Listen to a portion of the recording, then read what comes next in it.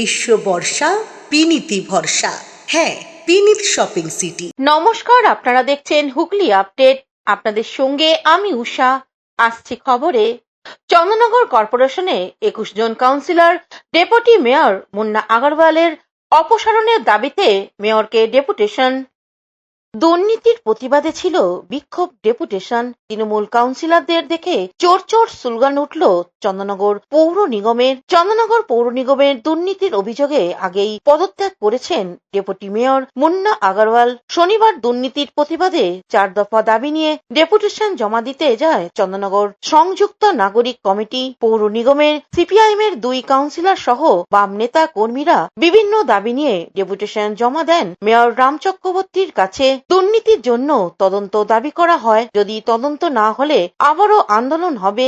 রাজ্যে পালা বদল হয়েছে, রাজ্যের বিজেপি সরকার এসেছে। সেই পালা বদলের প্রাক্তন মন্ত্রী ইন্দ্রনীল সেন ও ডেপুটি মেয়র মুন্না আগরওয়ালের বিরুদ্ধে ক্ষোভ উগরে দিয়েছে তৃণমূল কাউন্সিলরদের এক অংশ।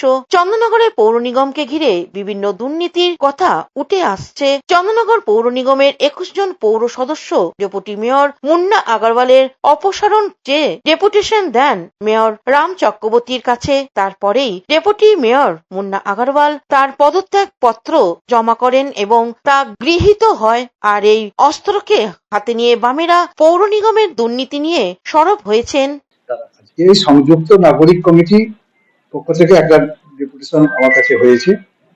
তো ডেপুটেশনে মূলত ছিল যে বেশ কিছু ওয়ার্ডের প্রস্তাব করছে কাউন্সিলরদের বিরুদ্ধে এবং সমাজ মাধ্যমে। সেই সম্পর্ক বিষয়ে আমাদের চন্দননগর পৌর নিগমের মহানগরিক হিসেবে বা আমাদের বোর্ড আমরা কি চিন্তা ভাবনা করছি সেটা আমরা বলেছি। আমরা আমাদের মাথায় চিন্তা আছে। এটা ছিল একটা ছিল যে আপাস, অর্থাৎ আমাদের পাড়া আমাদের সমাধান যে প্রকল্প, সেই কাজগুলো যারা অসম্পূর্ণ হয়ে রয়েছে সেগুলো হবে কিনা। তো আমি তাদেরকে তাই বললাম যে আমাদের এই মুহূর্তে আমাদের পৌর দপ্তরে যিনি ভারপ্রাপ্ত মন্ত্রী, তো তার মধ্যে তিনি বলেছেন যে সমস্ত অর্থ বিল পেমেন্টটা বন্ধ রাখতে বলেছেন। তো বিল পেমেন্ট বন্ধ এবং কোনো কাজকর্ম শুরু করে আমরা করছি না কন্ট্রাক্টররা, এই জন্যই তারাও একটু সংকোচে আছে যে কাজ করে তারা অর্থ পাবে কিনা, এটা আছে। সেজন্য সাময়িকভাবে বন্ধ আছে। পুনরায় নির্দেশ পেলেই আমরা সেই কাজগুলো হবে বলে মনে হয়। অর্পটা যেগুলো হয়ে গেছে সেই কাজগুলো। পশ্চিমবাংলায় একটা আমরা ইংরেজিতে পড়েছি না, ইংরেজি ব্যাকরণে প্রিফিক্স আর সাফিক্স। প্রিফিক্স হয়ে গেছে এখন তৃণমূল কংগ্রেসের বিভিন্ন নেতা এবং জনপ্রতিনিধিদের সাথে। আমরা যখন এই চন্দননগর কর্পোরেশনে চন্দননগরের সাধারণ নাগরিক তাদের যে সমস্যা, যে অচলাবস্থা তৈরি হয়েছে, সেই অচলাবস্থা কাটানোর জন্য, তাদের যে সমস্যা সেই সমস্যা মেটানোর জন্য পৌর প্রশাসনের কাছে যখন দাবি নিয়ে এসেছি, তখন আমরা জানতে পারছি যে চন্দননগর কর্পোরেশনের একাধিক কাউন্সিলর তারা তাদের দায়ভার থেকে হাত ছাড়িয়ে পালাচ্ছে। আর পালাচ্ছেন এই কারণে যে গত 2010 থেকে 2026 এই যে 4 বার এই বোর্ডটা চলছে, মাঝখানে প্রায় 3 বছর এই বোর্ডটা ভাঙাও ছিল। নিজেরাই চুরির দায়ে নিজেরাই বলেছিল চোরেদের বাসা।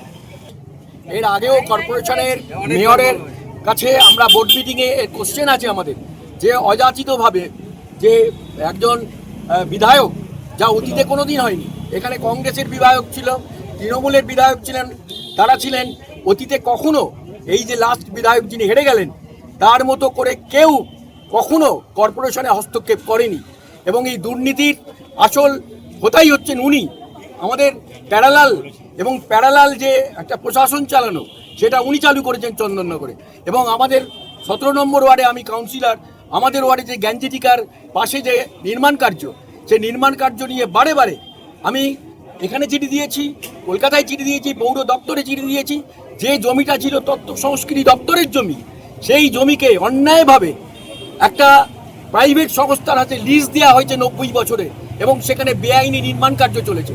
অনুমোদন দিতে হয়েছে, পৌর দপ্তর অনুমোদন দিয়েছে, কিন্তু সম্পূর্ণটাই হস্তান্তর করেছে, ওটা তথ্য সংস্কৃতি দপ্তরের জমি ছিল। অতএব দুর্নীতির বিরুদ্ধে সোচ্চার আমরাই হয়েছি, প্রথম থেকেই হয়েছি, কিন্তু আমাদের কণ্ঠস্বরটা ক্ষীণ ছিল, কারণ আমাদের 2 জন কাউন্সিলর ছিল। হুগলি থেকে চন্দনা দত্তের রিপোর্ট, হুগলি আপডেট। চুচুড়া প্রতাপপুরে এক অজ্ঞাত পরিচয় ব্যক্তি গঙ্গায় আত্মহত্যা করলেন।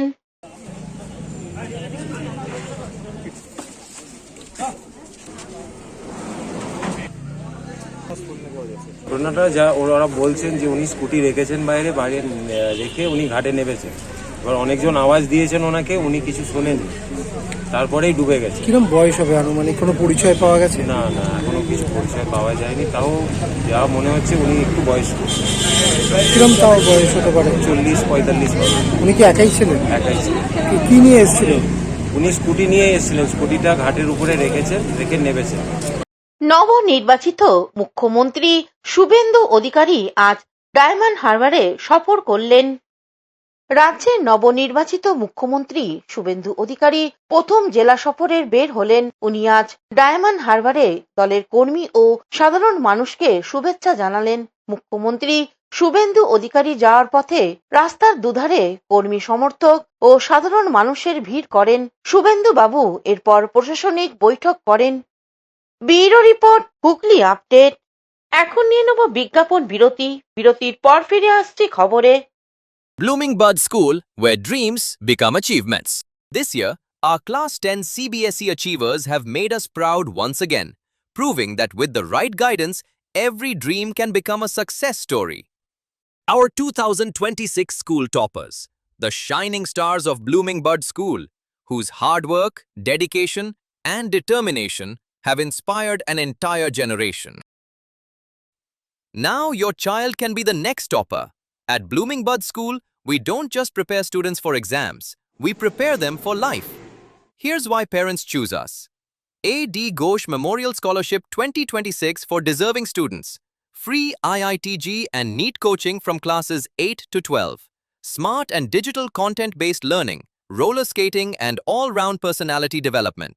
And a safe, inspiring environment where every child can grow with confidence. The next success story could be your child. Admissions are now open for Class 11, Science, Arts and Commerce. Limited seats, unlimited opportunities. Secure your child's future with Blooming Bud School today. Is a holistic weekend destination for friends, family and couples and offers magic to soothe your body, mind and soul.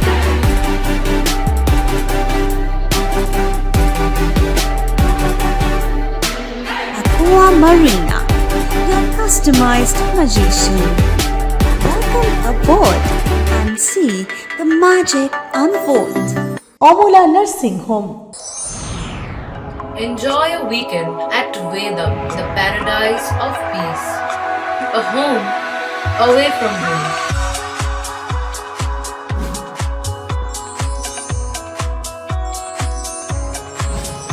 See yourself resonating with the nature. Vedam welcomes you to create your best memories. বিরতির পর ফিরে এলাম খবরে। রাজ্যের মুখ্যমন্ত্রী অভয়ার কাণ্ডের জেরে 3 জন আইপিএস অফিসারকে সাসপেন্ড করলেন। রাজ্যে নবনির্বাচিত মুখ্যমন্ত্রী এবং স্বরাষ্ট্রমন্ত্রী শুভেন্দু অধিকারী ঘোষণা করেন, কারুর কাছে তিলোত্তমা আবার কারুর কাছে অভয়া। যাই বলুন না কেন, আরজি কর মেডিকেল কলেজ অ্যান্ড হসপিটালের ছাত্রী এবং ডাক্তারকে নৃশংসভাবে হত্যা এবং ধর্ষণ করা হয়। তার মৃত্যুর পরে পরিবারের পক্ষ থেকে বারবার অভিযোগ করা হয় 3 জন আইপিএস অফিসার। আজ রাজ্য সরকারের পক্ষ থেকে তাদেরকে সাসপেন্ড করা হয় এবং প্রশাসনিক স্তরে তার তদন্ত করার নির্দেশ দেওয়া হয়। সেই বিষয়ে পানিহাটির বিধানসভা কেন্দ্রের বিজেপির বিধায়িকা রত্না দেবনাথ রাজ্য সরকারের আজকের এই ঘোষণার বিষয়ে জানান এবং নিহত ছাত্রী ও ডাক্তার তার বাবা আজ এই ঘোষণার পরিপ্রেক্ষিতে জানান, তার সঙ্গে পুড়িয়ে দেওয়া সবকিছুই তখন মুখ্যমন্ত্রী মানে মমতা, প্রাক্তন মুখ্যমন্ত্রী মমতা ব্যানার্জির নিয়ম মেনেই হয়েছে। বর্তমান যিনি মুখ্যমন্ত্রী যে দায়িত্ব নিল, যে তৎপরতা দেখিয়েছে, প্রাক্তন মুখ্যমন্ত্রী তৎপরতা দরকার ছিল কি? অবশ্যই ছিল। আমার মেয়ে স্বাস্থ্য দপ্তরের কর্মী ছিল, উনি কেন করলেন এরকম তথ্য প্রমাণ লোপাট?